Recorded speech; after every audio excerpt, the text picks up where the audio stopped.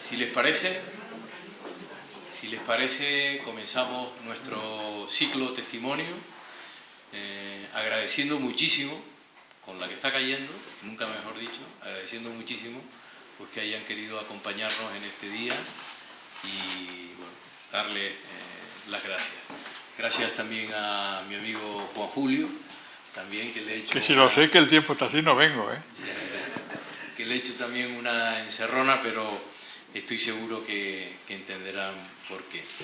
Yo tengo una pequeña introducción a esta conversación que vamos a tener con Julio y yo.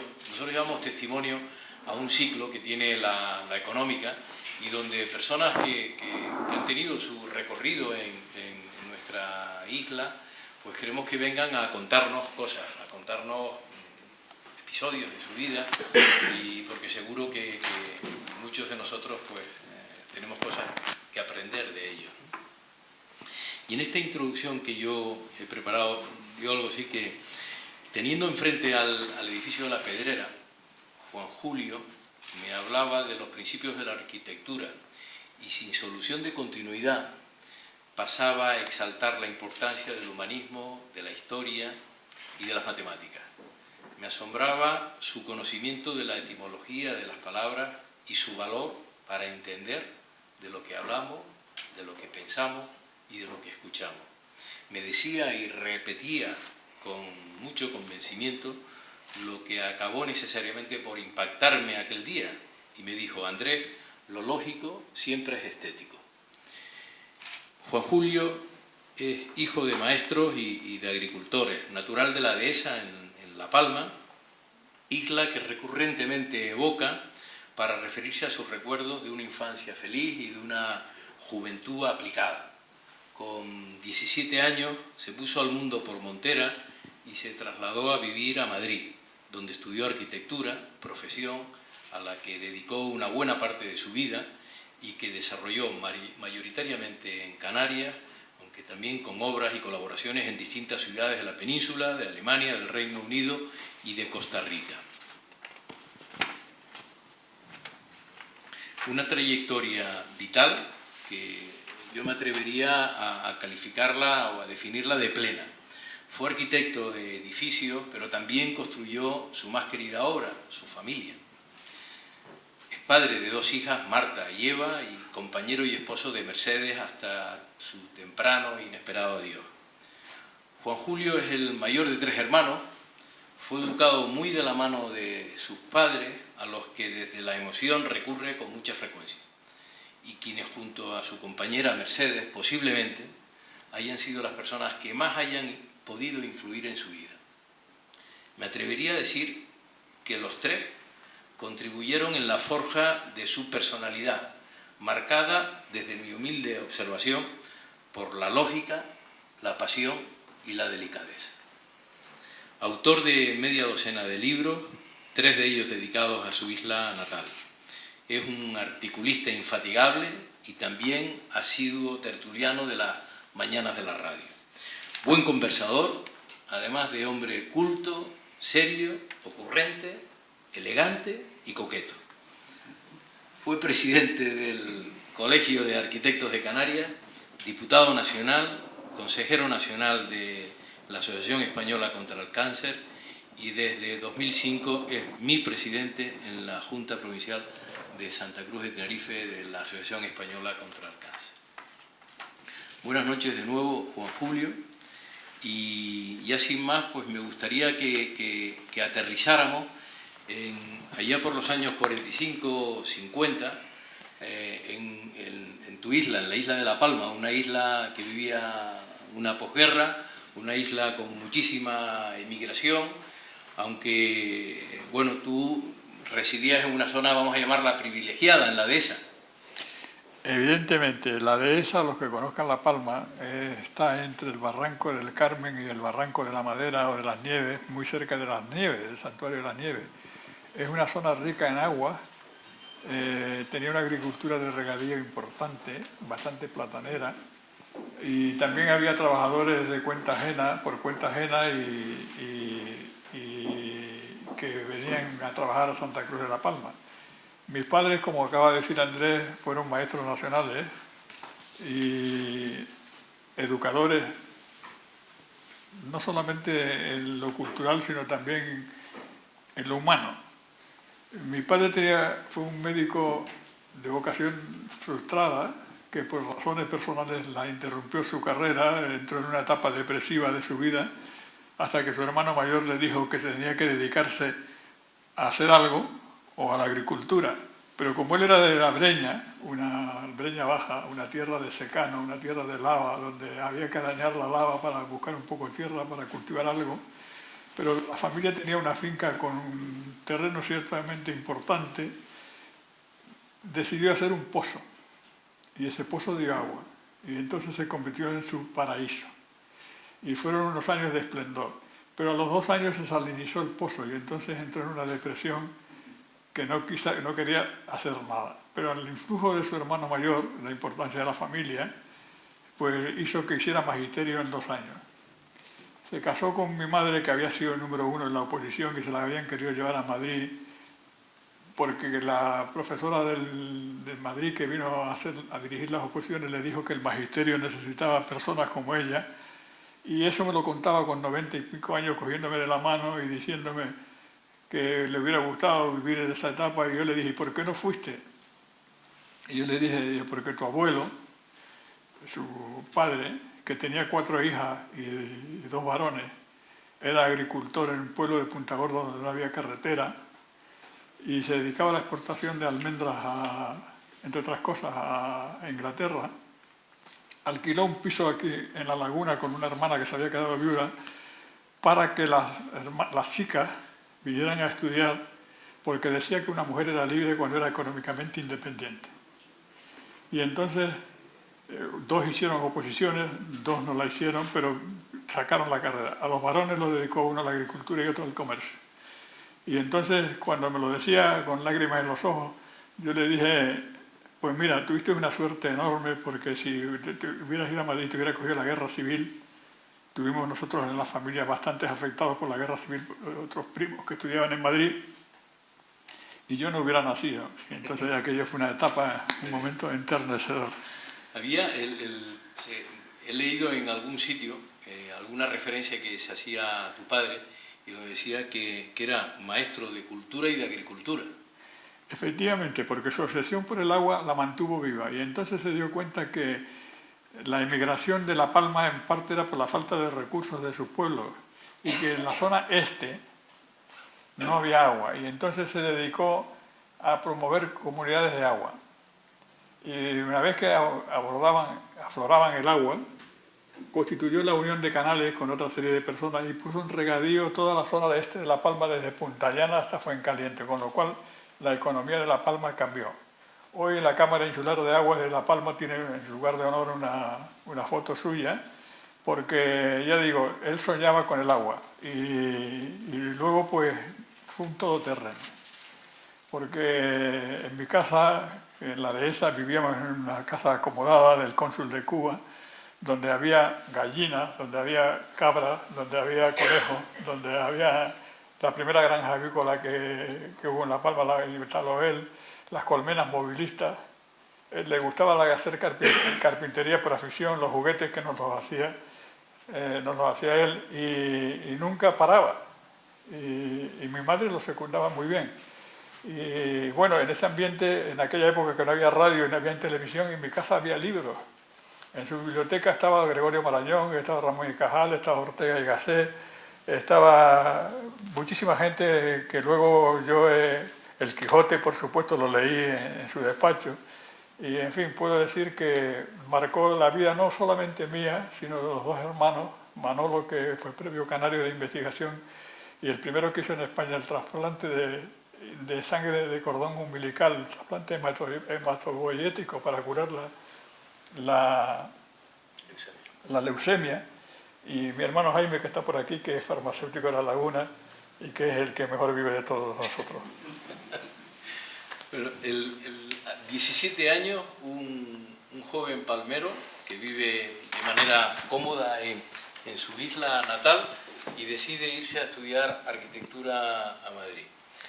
Bueno, cuando yo le dije a mi padre que yo fui un alumno brillante, fui premio extraordinario aquí en esta misma sala, que estaba la facultad donde se hacía la reválida, hubo 5 premios extraordinarios cuando todos los estudiantes de Canarias veníamos a examinarnos aquí.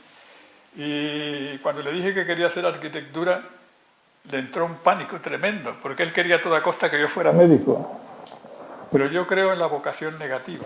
Yo creo que cualquiera de nosotros, si nos ponen 100 cosas delante, somos capaces de hacer 90, pero hay 10 que somos incapaces de hacer. Yo recuerdo que cuando salí diputado me preguntó un periodista esas preguntas banales que hacían, que qué me gustaría volver a hacer si volviera a hacer, y le dije que rubio, de ojos azules y como Alfredo Kraus.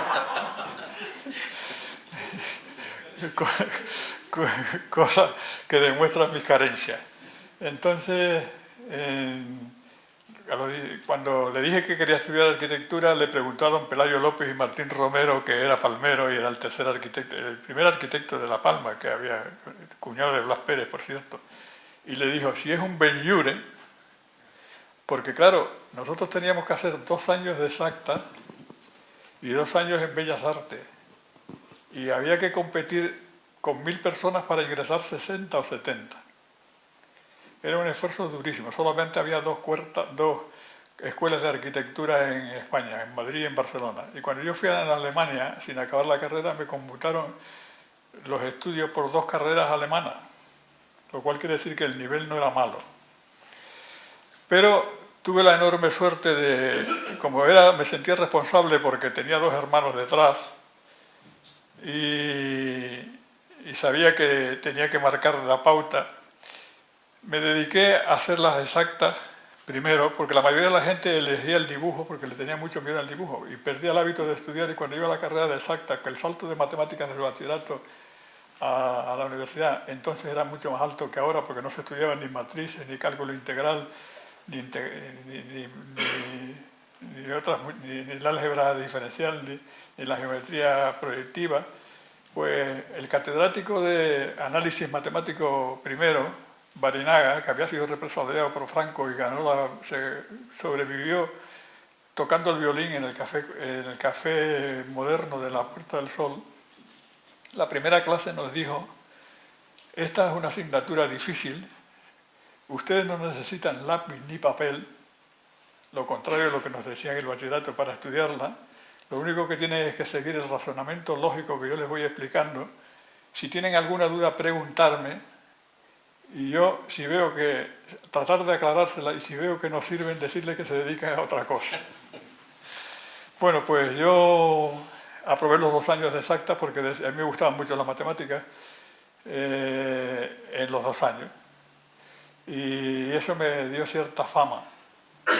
Y luego acabé ingresando en 4 años, con lo cual acabé la carrera en los 9 años y en el 61 ya estaba trabajando aquí en Tenerife.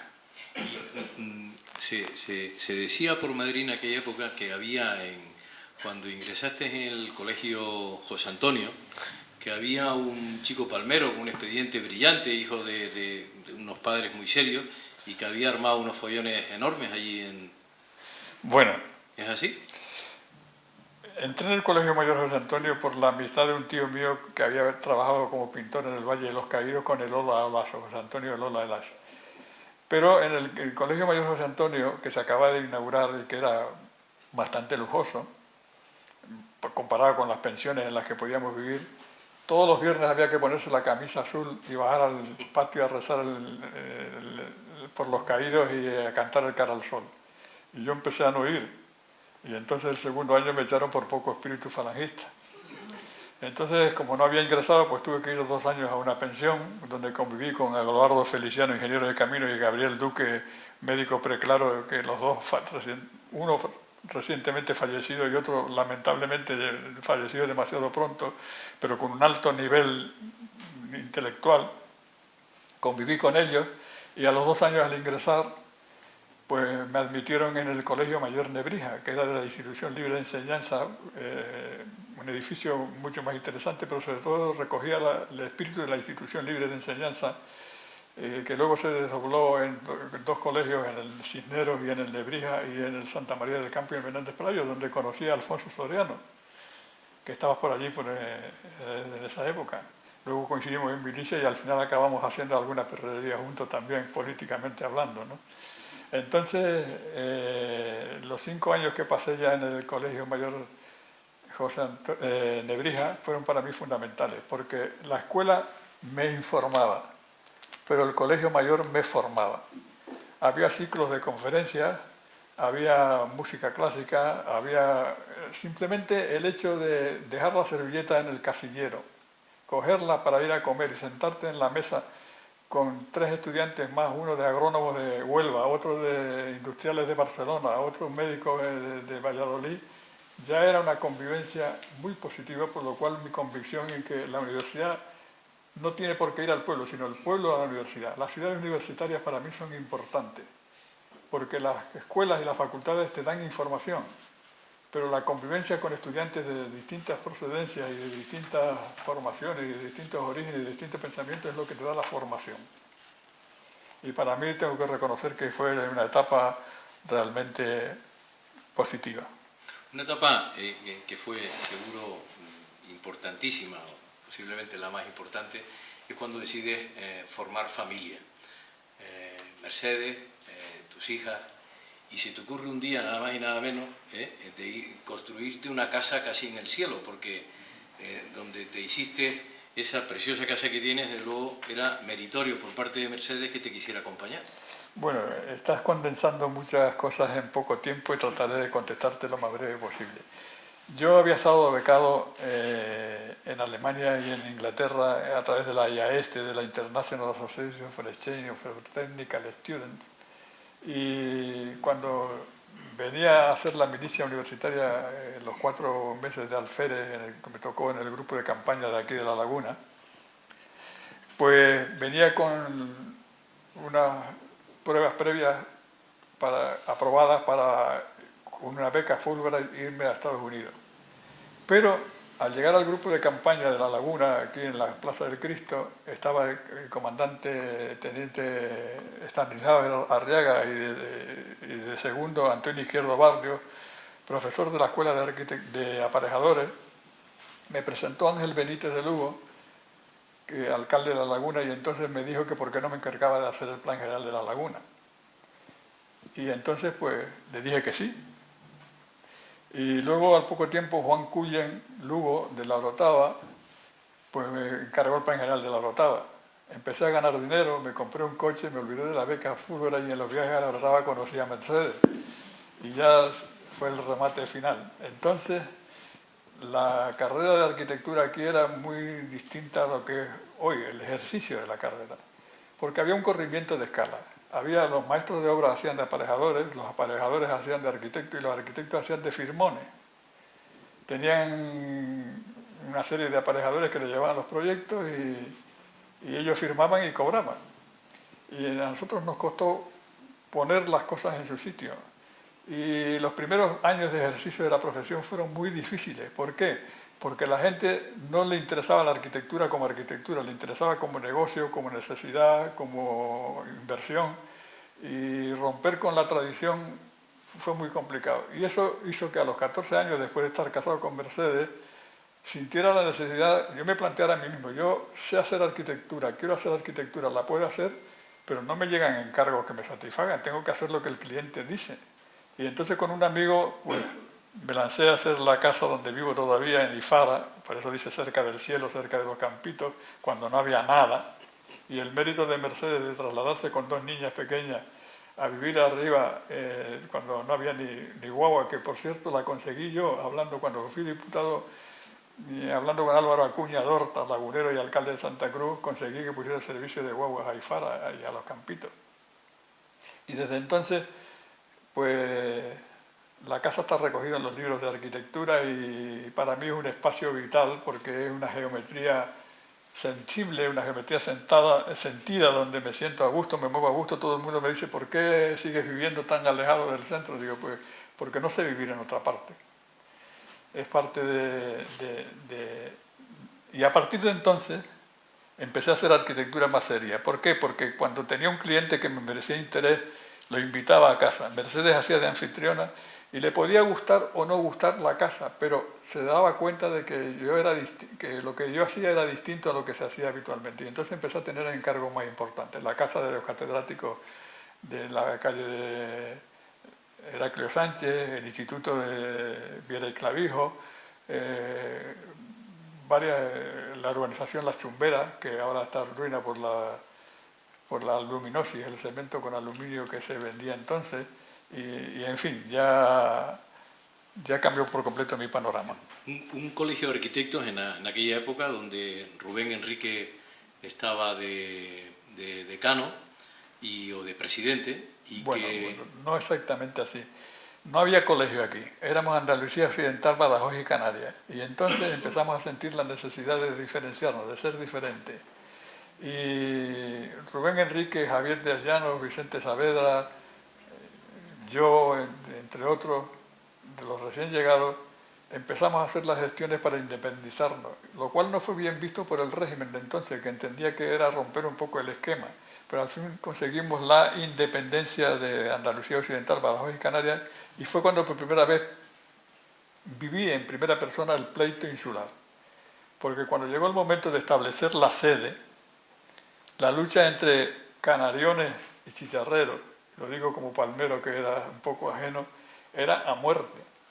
Al final conseguimos que la sede se hiciera en Santa Cruz. Y el hombre clave ahí fue Rubén Enrique con su tesón y con su puesto de arquitecto de Hacienda, le permitía una cierta independencia que los demás no teníamos, y se dedicó en pleno a la construcción del edificio. Luego vino la exposición de escultura en la calle, pero también se hizo a base de los descuentos progresivos, es decir, como había un ejercicio de la arquitectura irregular, se grababa en función de lo que ganaba, y eso ya empezó a hacer que hubiera menos firmones, por decirlo así, pero empezó también a grabar a los jóvenes que empezábamos de cero, y empezó a haber un malestar con Rubén, a pesar del tema, y entonces yo me di cuenta de que en aquel momento era un obstáculo para el crecimiento, a pesar de su entrega y su capacidad. Y como en el año 71 surgió la posibilidad yo era consejero del Consejo Superior del Colegio de Arquitectos, como vicedecano del colegio, como presidente de la delegación de Tenerife, le propuse a Rubén que por qué no se presentaba procurador en Cortes. Me dijo que sí, muñí la candidatura y salió con 7 de los 9 votos de los 9 consejos. Entonces, estando yo en Madrid haciendo un curso de urbanismo, sin estar presente, me eligieron por mayoría absoluta presidente del Colegio de Arquitectos. Y ahí estuve del año 70 al 74, me revalidaron el mandato en el 72, fue la exposición de escultura en la calle, y en el 73, concluido el edificio y concluida la exposición, necesitaba volver a mi estudio y presenté la dimisión. O sea, no agoté el segundo mandato. Yo creo que fue una etapa donde, recogiendo una frase que he leído en algún sitio, el Colegio de Arquitectos puso a Santa Cruz de Tenerife en el mundo. Evidentemente, la exposición de escultura en la calle significó que se hablara de Santa Cruz de Tenerife en todo el mundo. ¿Por qué?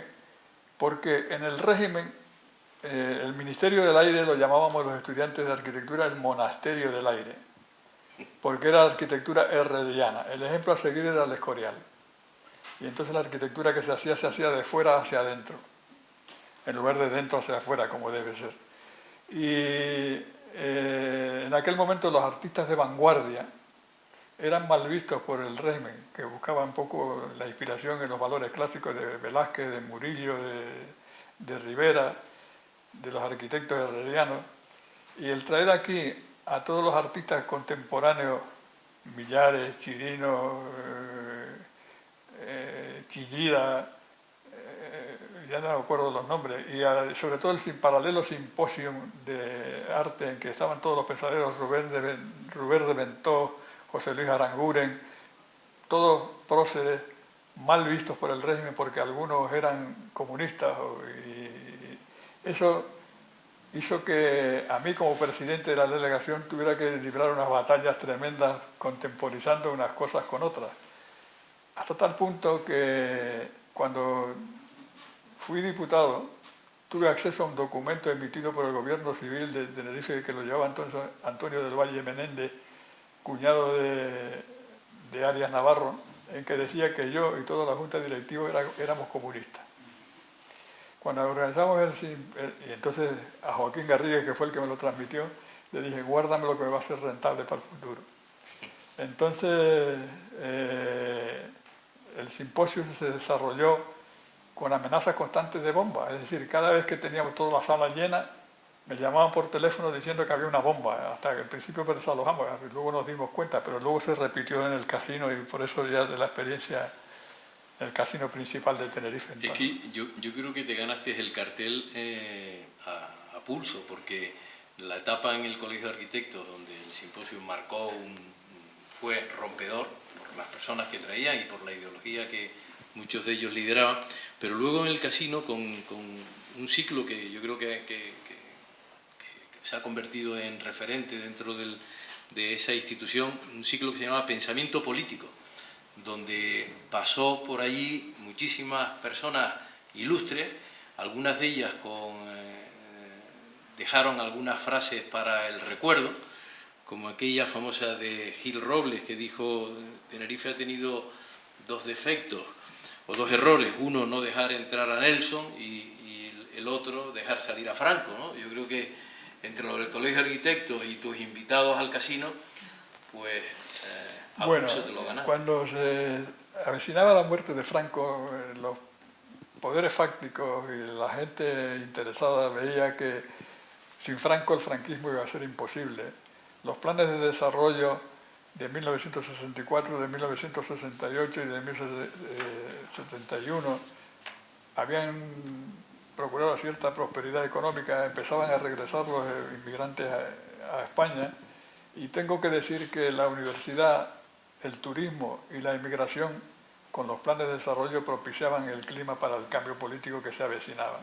Entonces, una reunión me invitaron a asistir para proponerme que fuera presidente del casino principal de Tenerife. Debe ser por la aureola que había dejado como presidente del Colegio de Arquitectos. Y les dije a los demás, voy a dar 3 razones por las que no quiero ser. Primero, porque no me gusta. Segundo, porque no soy de Santa Cruz, de Tenerife, y no conozco las relaciones familiares de los socios, y es muy fácil dirigir una sociedad en la que la vida social es intensa y no conoces a quién es quién. Y tercero, porque he pagado 6.000 pesetas el año pasado, era 500 pesetas mensuales la cuota por orinar 2 veces en el casino. Y entonces le dije a Luis Claverí, yo creo que la persona clave eres tú. Y Luis Claverí me dijo, yo acepto con una condición de que tú vengas también conmigo en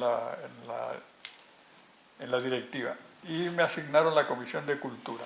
Entonces, con Alfonso Soriano, con Alonso Rodríguez de Acero, con algunas personas que ya teníamos inquietudes, urdimos, sobre todo con Alonso Rodríguez de Acero, la posibilidad de empezar a invitar, ya estamos hablando de finales del 75, en que había asociaciones, pero no había partidos, invitar a las personas empezaban a destacar en el espectro político español, y empezamos a conversar con ellos y trajimos pues, a Joaquín Garrigues, a Fernando Álvarez de Miranda, a Ignacio Camuña, a Fernando Chueca, a José María Gil Robles, a Trías Fargas, todos los cuales acabaron después de crearse la UCD dentro de UCD, excepto Trías Fargas y Gil Robles. Y a lo que alude Andrés, la conferencia de Gil Robles movilizó tal cantidad de gente, vinieron gente de otras islas, y no cabía la gente en el casino, y inmediatamente contaba con la complicidad de Santiago Gutiérrez, gerente del casino, una llamada del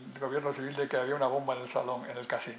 Lo típico, se repetía lo del Colegio de Arquitectos. Yo ya me imaginaba que era ficticio, de todas maneras hicimos el paripé de revisar y empezó la conferencia. Pero la bomba la soltó Gil Robles, que cuando empieza dice, Tenerife ha cometido 2 graves errores, lo que acaba de decir Andrés. Uno, no dejar entrar a Nelson, y otro, no dejar salir a Franco. Y entonces se oían volar las moscas. El silencio fue sepulcral. Pero la conferencia terminó con un aplauso cerrado, y luego fuimos a cenar, como hacíamos siempre con el invitado, y entre los asistentes estaba Alberto de Armas y Alfonso García Ramos, y a Eduardo Feliciano, que entonces era ingeniero jefe de costa. Y a Eduardo le preguntó, don José María, con su experiencia como gobernante y como ministro en la etapa republicana, ¿usted cree que la democracia va a sentarse en España? Y Gil Robles sumió una cierta pausa de silencio y al cabo rompió a hablar diciendo, sí, pero tengo que decir una cosa, los problemas los vamos a tener, y me duele decirlo porque estoy con ellos en el equipo de la democracia cristiana por la ambigüedad del Partido Nacionalista Vasco. Eso fue así. En todas esas reuniones se preguntaba, todos los que venían, quién era la persona más popular, que ya, como digo, estaban apuntando hacia la Unión de Centro Democrático para presidir la Unión de Centro Democrático en Tenerife. Y entonces todos coincidían en la figura, en José Miguel Galván Bello. Y de José Miguel hablaremos ahora en un poquito, pero antes me gustaría recordar ese primer movimiento tuyo, esa semilla que se revolvía política en la persona de Juan Julio Fernández, y aparece una persona recientemente fallecida, Alfredo Medero. Bueno, Alfredo Medero fue compañero mío de bachillerato los 7 años en el viejo instituto de la calle Real de Santa Cruz de La Palma. Y un día, llegando ya a casa, la casa ya mía, la de Ifara, cerca de los Campitos, estaba haciendo la casa de los catedráticos en la laguna y me llama y me dice a la hora de comer que estuviera urgentemente a la laguna porque había un problema muy interesante que tenía que resolverlo personalmente conmigo. Y digo, no, ¿qué es lo que pasa? Dice, no te lo puedo decir, pero sube al bar La Carrera y tal. Y enseguida pensé que había pasado algo en la casa de los catedráticos. Y llegué al bar de La Carrera y me encontré a Juan Rodríguez Doreste, a Miguel Ángel Barbusano, a Enrique Martinón, a una serie de personas que estaban tratando de, más bien estaban en el área del PSOE, de la izquierda, pero estaban buscando interlocutores en el centro derecha porque no querían que las elecciones predominara el Partido Comunista como radical de izquierda y los integristas como radical de derecha, porque entonces pensaban en que podía fracasar la evolución hacia la democracia. Y yo dije que yo estaba al margen de ese asunto, pero que estaba interesado, que me interesaba. Y me dijeron, bueno, pues ven a una reunión esta tarde, a las 5 de la tarde en Santa Cruz, tienes que ir a un bar que está detrás del edificio América. Y todo era como peliculero y rocambolesco, ¿no? Tienes que comprar un ejemplo de La Tarde, ponértelo debajo del sobaco, entonces cuando apareciera alguien con otro periódico, lo seguías y vas a un piso privado para hablar de lo que vais a hacer. Y cuando llegamos y estaba el piso atestado, conmatado, Juan Rodríguez Doreste dice, bueno, esto que vamos a hablar es muy serio y como nos está siguiendo el comisario Matute, no se puede salir de aquí hasta que termine la reunión. Entonces yo levanté la mano y dije, yo tengo una reunión a las 6 de la tarde, concertada profesional que me interesa y por tanto no la puedo eludir y yo me voy. Entonces me miró y me dijo, te puedes quedar. Me quedé y a las 6 menos cuarto salí y me pasé una tarde horrorosa porque digo, como ahora hay una redada van a pensar que el delator soy yo, pero afortunadamente no pasó nada. Ahí, ya en tu desarrollo político, he pensado que hay dos personas, una local y otra a nivel nacional, que de alguna manera marcaron un poco tu camino. Uno, sin duda, José Miguel Galván Bello.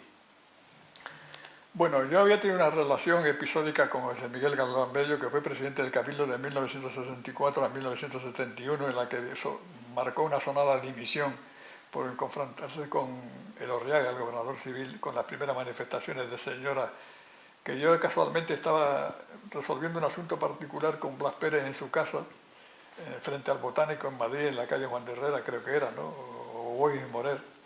Y me habló de ese asunto y yo no tenía noticia, pero la única referencia que tenía de José Miguel Galván, que siendo arquitecto de La Laguna, un día llamó a José Luis Mauri, arquitecto de La Laguna, para hablar de asuntos urbanísticos y José Luis Mauri me llevó a mí y al llegar con gran sorpresa me echó un sermón, una diatriba tan grande, la patada en el culo que le quería dar a José Luis Mauri me la daba a mí. Y yo me tenía que callar porque era consciente de que el Cabildo tenía mucho más medios y que en La Laguna no había ni dinero para tener un plan general desarrollado por la extensión de la laguna y por los barrios La Punta de Hidalgo, Valleguerra, Tejina, en fin, toda esta zona era muy difícil de gestionar.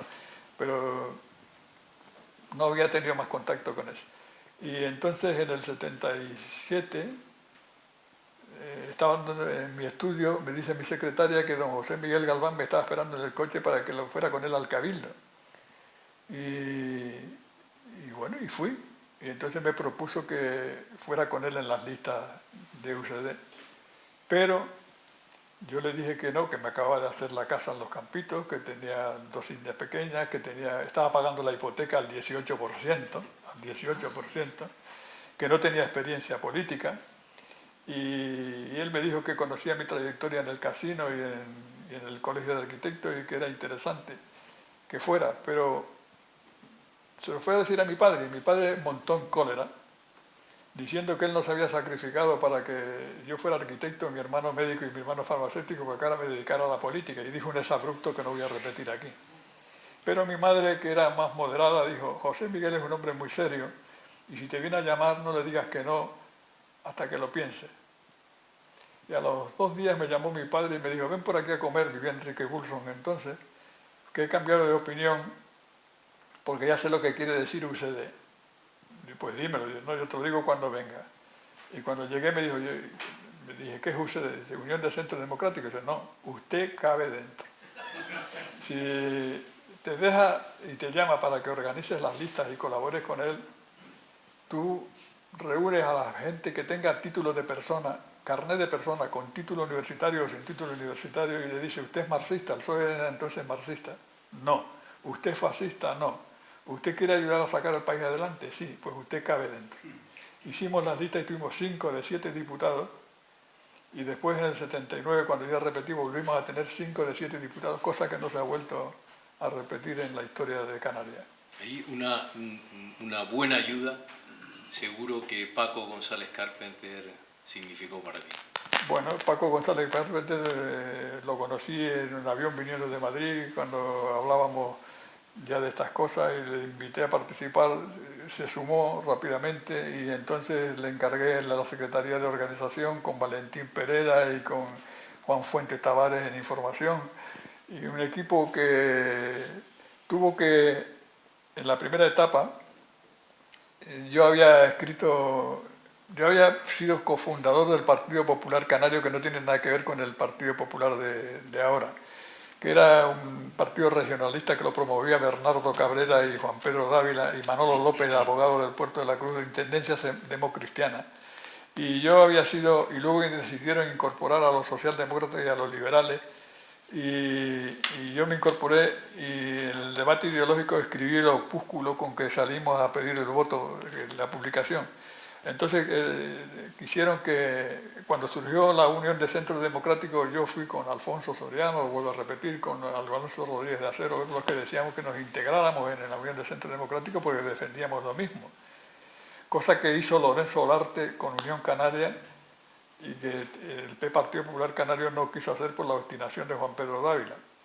Entonces yo dije que no quería ir las listas del PPC, del Partido Popular Canario, pero que como tampoco iba a aceptar ir en las listas de UCD porque me consideraba responsable de la publicación del Partido Popular Canario, pero que contaran que fueran cuales fueran los resultados, yo me daba de baja del Partido Popular Canario.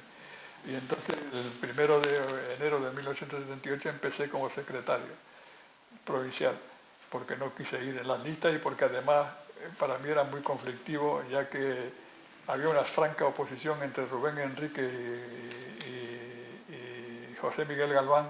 Yo me sentía obligado a los dos, y las circunstancias personales me aconsejaron, y ya a partir de 1978 fue cuando empecé de lleno en la Secretaría Provincial de UCD con la colaboración inestimable de Francisco González Carpenter. Antes comentaba que habían 2 personas en tu vida política, una José Miguel Galván y otra, alguien que Herrero de Miñón lo calificó como ha nacido un estadista. Me estoy refiriendo a Joaquín Garrigue. Joaquín Garrigue fue uno de los que vino en el ciclo de pensamiento político. Yo no lo conocía de nada, pero me sedujo su campechanía, sus ideas y su carisma, por decirlo así. Y entonces empecé a tener la relación con él, que fue cada vez aumentando, como todo que estábamos en el entorno liberal de aquí. Y fui, en alguna manera, dentro del grupo de UCD, del ala liberal, adicto a Joaquín. El 21 de diciembre de 1977, me parece que fue, o el 77, sí, pronunció una conferencia en el Club Siglo XXI, que fue una conferencia magistral. Yo invité a José Miguel González Hernández y Antonio Machado Carrillo, y los tres salimos convencidos, como todos, de que era una persona capacitada para dirigir el país.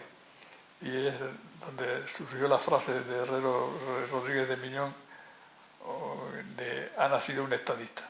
Efectivamente.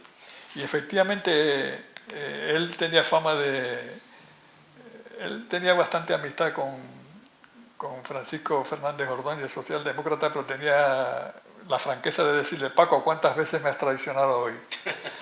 Y Adolfo Suárez, cuando le preguntó qué quería hacer, le contestó: yo ser presidente de gobierno, estar donde estás tú. Y entonces fue cuando lo nombró ministro de Obras Públicas. Una pena que se marchara tan pronto. ¿Mantienes una buena amistad con Antonio, con su hermano? Sí, Antonio, en uno de los viajes del Reina Sofía a Madrid, Leoncio Oramas y Alonso Salazar me presentaron a Antonio Garrigues Díaz Cañabate, al padre, al que había sido embajador en el Vaticano y en Washington.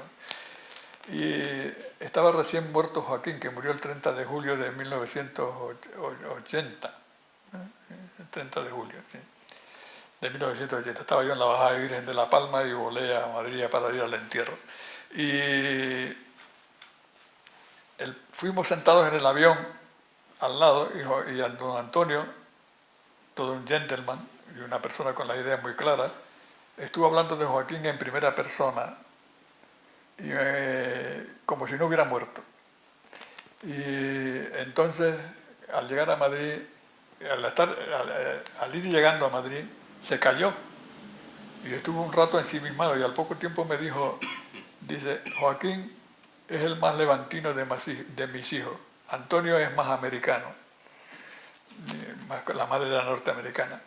Y efectivamente, me añadió a continuación: ha sido una pena que haya muerto, pero casi ha sido lo mejor, porque están los tiempos muy revueltos y se hubiera ahorrado muchos problemas. Una buena reflexión. Adolfo Suárez. Bueno, Adolfo Suárez, y ahí me contradice Alfonso Soriano, lo conocí episódicamente en el Colegio Mayor José Antonio, no viviendo él en Madrid, sino que era muy amigo de Ignacio García López, que era el director del Colegio Mayor, y pasaba unos días allí. Y era una persona que ya llamaba la atención, porque me acuerdo que estaba con pantalones blancos y una camisa azul, pero formaba corto. La gente estaba alrededor de él. Todavía no se había trasladado a Madrid. Cuando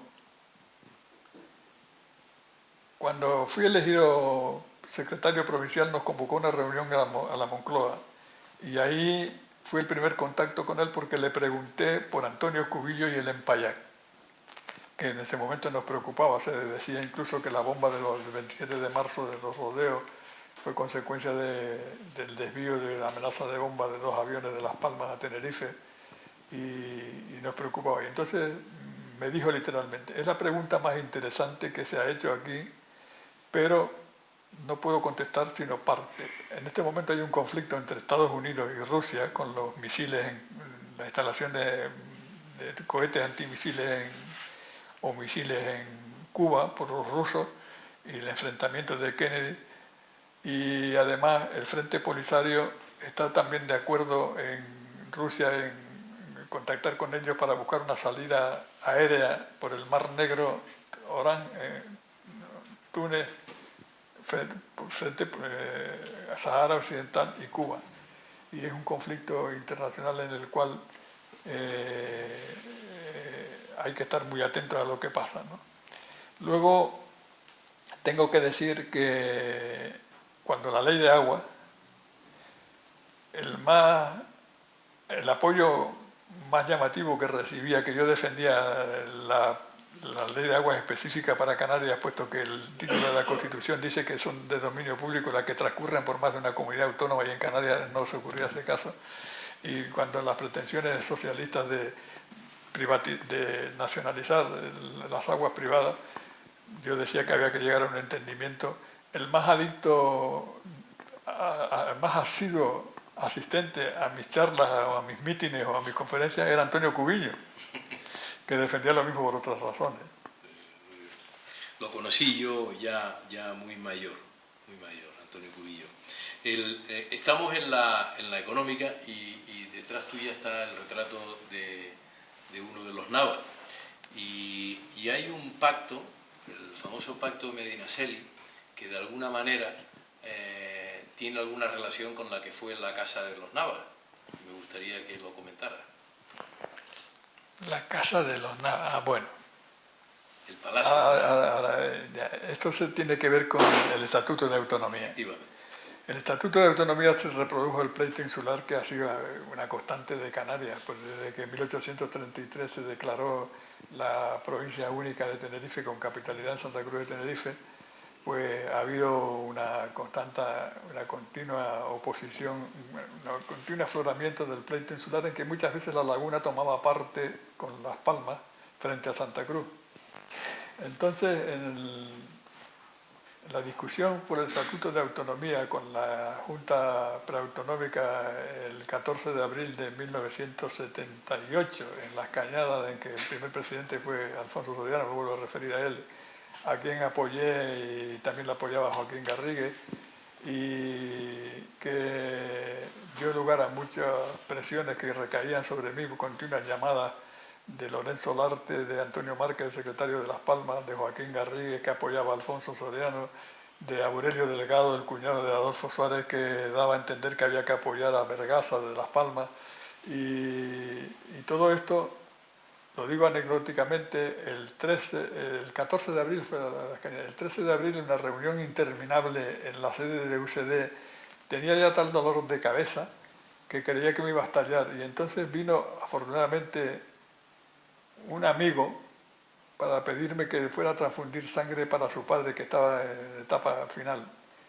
Lo consulté con José Miguel Galván, me dio permiso, y afortunadamente al quitarme la sangre yo creo que evitó que me diera una embolia, ¿no?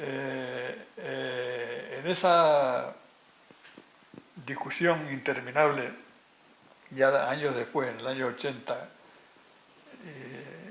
para el Estatuto de Autonomía, después de la Junta Preautonómica, en que luego se sucedieron Fernando Vergasa como presidente, Vicente Álvarez, Fernando Vergasa otra vez, Paco Celay otra vez, lo cual da lugar a las tensiones que había y la lucha por el poder, no solamente político, sino personal, intereses de todo tipo por el tema autonómico.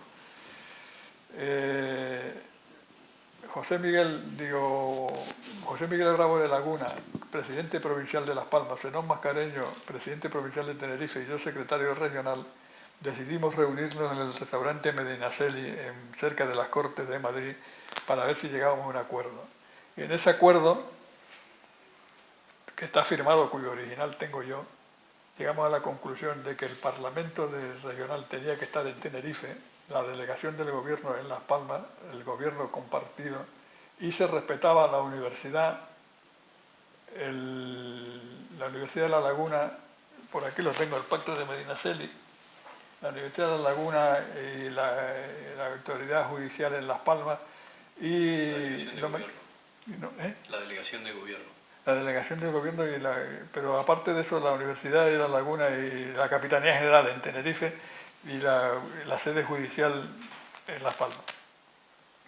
Y eso se filtró, o se conoció, o se supuso, y entonces uno lo llamaban el Pacto de Medinaceli. Sobre todo el día hizo una campaña tremenda contra lo que llamaba la afrenta de Medinaceli, porque entendía que ceder la delegación del gobierno era gravísimo, que el Parlamento regional no servía para nada.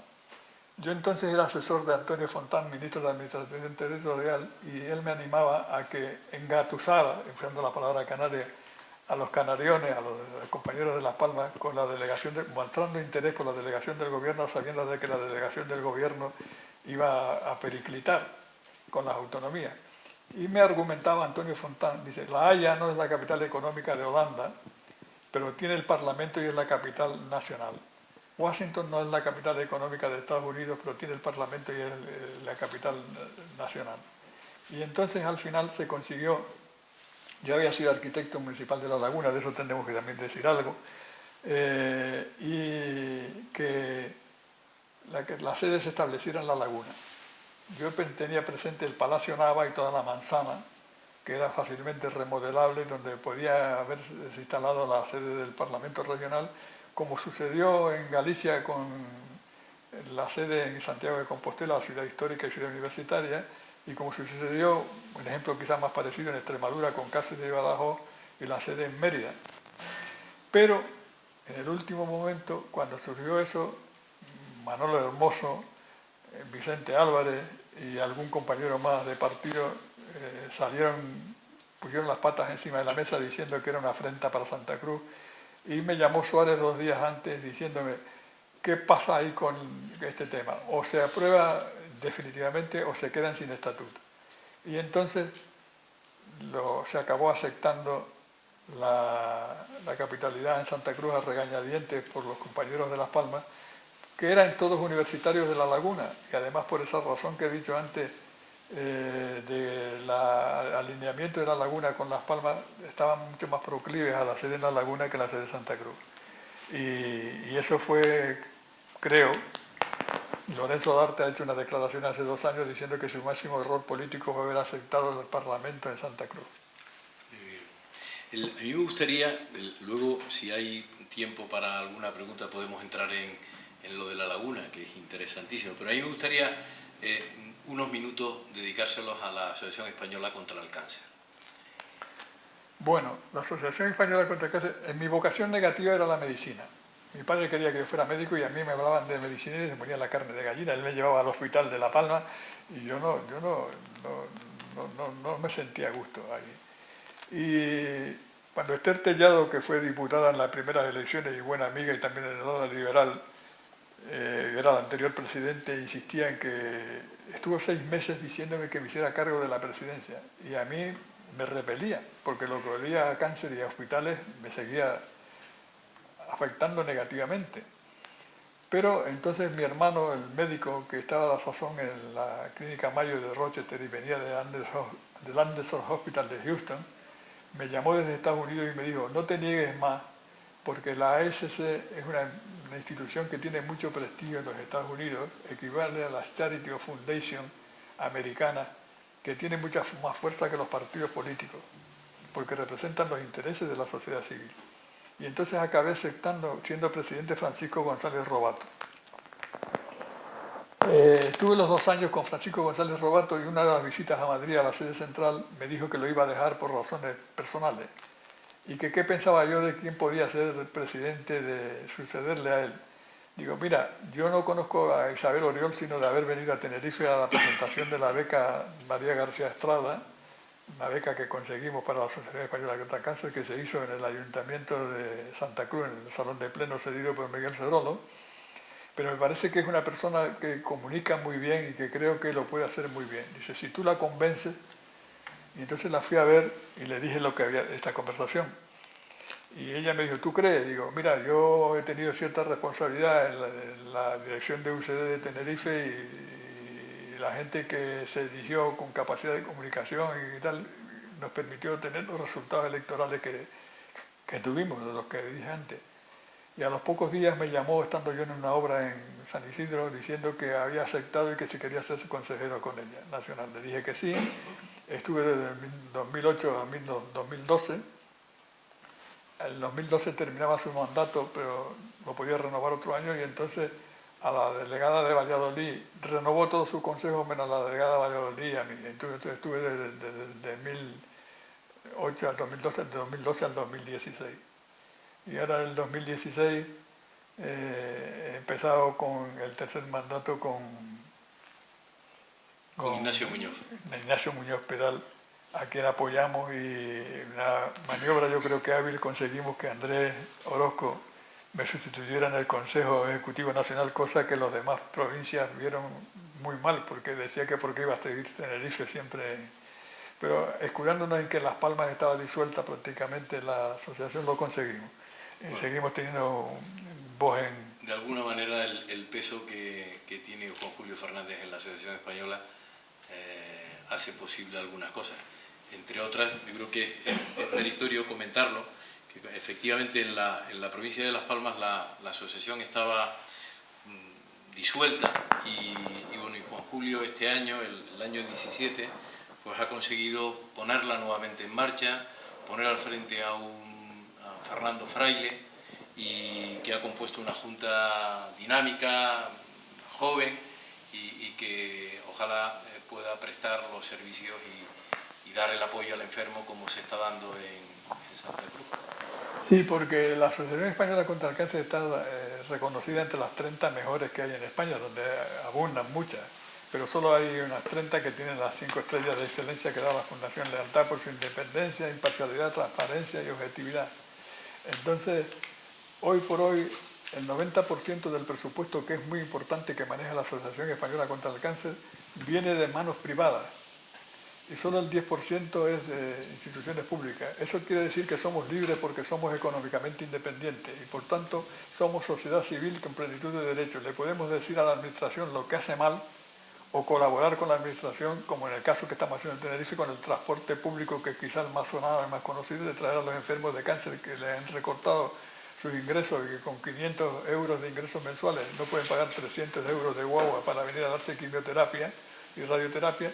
Y el año pasado hemos hecho 10.000 desplazamientos para traer a unas 197 personas a darse quimioterapia y radioterapia en el hospital de Nuestra Señora de Candelaria. Afortunadamente, según me han dicho Fernando Clavijo y Carlos Alonso, en mayo empezará a hacer la quimioterapia en el sur, en el Hospital del Sur, y podremos liberar esos recursos para dedicarlos a otras cosas, porque cada vez hay cerca de 25.000 personas en España y 1.200 en Canarias que están en riesgo de exclusión social, porque al diagnosticarles un cáncer se quedan dependientes de unos tratamientos que pueden durar 8, 10 o 12 meses, con una prestación de 675 euros al mes, que si le detrae los 300 o 350 que les cuesta la medicación y el tratamiento, se quedan con 300 euros para sobrevivir. O sea que están en plena exclusión social. Y hemos tenido un foro el 1 de febrero en Madrid para los problemas no visibles de los enfermos de cáncer y sus pacientes, presidido por la reina Leticia, que habló muy claramente, para exigirle a la administración y poner de nuestra parte todo lo posible para que esas personas en riesgo de exclusión social, esos problemas no visibles, se les puedan resolver y tener una vida digna y llevar la enfermedad con cierta solvencia, con cierta holgura, ¿no? Por tanto, siempre nos queda camino por andar.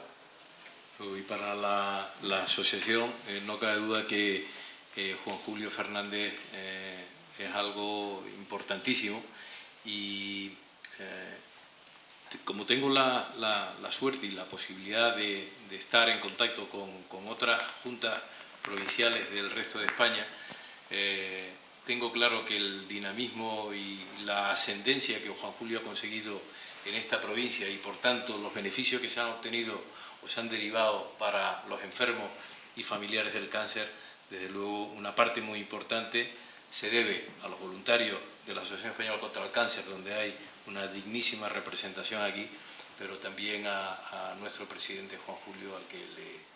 Bueno, quizás es un exceso de generosidad por tu parte, pero lo que sí he tenido claro es que, siendo una región ultraperiférica, los canarios tenemos un papel muy importante que jugar a nivel nacional. De hecho, siempre ha habido ministros, tu abuelo fue uno de ellos, Antonio Lara, Blas Pérez, en distintos regímenes, que han influido mucho en la vida nacional. Y la mejor literatura, después del Quijote, la mejor visión de España, después del Quijote, la mejor literatura es de Benito Pérez Galdós, un canario. ¿Por qué? Porque desde Canarias podemos ver el bosque, no nos enredamos en los árboles. Y por lo tanto yo soy francamente nacionalista español. Autonomista en alguna manera porque un barco tiene que ser autónomo. Si algo tiene que ser autónomo es un barco. Un barco en el medio del mar es autónomo. Y nosotros somos 7 barcos. Y tiene 7 barcos que tenemos que navegar para ir al mismo puerto. De ahí que el conflicto de la ley electoral, de la revisión de la ley electoral llamada la triple pluralidad, que nos ha permitido hasta este momento que las islas menores sean mejores y que las islas mayores no sean peores, me preocupa mucho porque en Canarias es tan importante la población como el territorio. Si no queremos que las islas menores se despueblen y se incremente la población de las 2 islas mayores. Muy bien. Prácticamente hemos agotado nuestro tiempo y yo creo que por las condiciones y por el ruido de la lluvia pienso que no estaría mal parar un poco aquí y hacer un pequeño cierre que yo te tengo preparado y después si alguien quiere hacer una pregunta. A mí me gustaría decir una cosa que quiero que quede constancia. Cuando me hice cargo del Plan General de la Laguna, se proponían 2 cosas. Una, aumentar las alturas en el triángulo histórico San Benito, Plaza del Cristo, San Cristóbal, del promedio de 2 a 3 plantas que tenía el casco, a 7 plantas, porque decían que el modelo a seguir era el Puerto de la Cruz. Y otra, prolongar la avenida La Trinidad hasta la carretera de Tejina, partiendo el corazón de la ciudad en 2. A las 2 cosas me opuse. Y entonces me hicieron un expediente en el Ayuntamiento de La Laguna porque me consideraban el enemigo de La Laguna. Gracias a que la avenida de La Trinidad no se hizo, que se hizo la vía de ronda que estaba incluida en el Plan General y también la vía de ronda de las canteras a San Benito que no se ha hecho, que lo proponía yo para evitar ponerle límite al crecimiento hacia la vega lagunera. La laguna hoy es patrimonio de la humanidad y uno de los sitios más gratos para vivir a pesar del tiempo, los días del tiempo que hay en la isla y en Canarias. Por tanto, el tiempo una vez más te dio la razón. Y por eso, perdóneme la pequeña vanidad, pero creo que debe quedar claro por la historia porque todavía nadie del ayuntamiento me ha dado las gracias. Bueno, en fin, ya terminando, estoy convencido que los que ya le conocían y algunos otros que han podido conocerlo un poco más hoy, pues todos seguro coincidimos en que Juan Julio es una persona muy interesante y desde luego amena. Sé que guardas muchos más silencio de las cosas que cuentas y eso te honra, sin duda. Nadie puede negar que tienes una hoja de servicio impecable. Él, Juan Julio, en mi caso, me puso hace unos años delante a la Asociación Española contra el Cáncer y reconozco que siempre le estaré agradecido por ello. Fue en un momento donde yo estaba recientemente prejubilado y la verdad es que necesitaba encontrar un norte y él me lo brindó y por tanto siempre te estaré por ello agradecido. Pero también él sabe que yo soy de esos que dicen las verdades, a veces incómodas, pero él es consciente que siempre lo hago desde la lealtad que demanda una amistad sincera y para siempre como la nuestra. Juan Julio, lo digo como representante hoy de la económica, ha sido un lujo hoy tenerte en esta casa y desde luego para mí ha sido todo un privilegio. Muchísimas gracias. Para mí.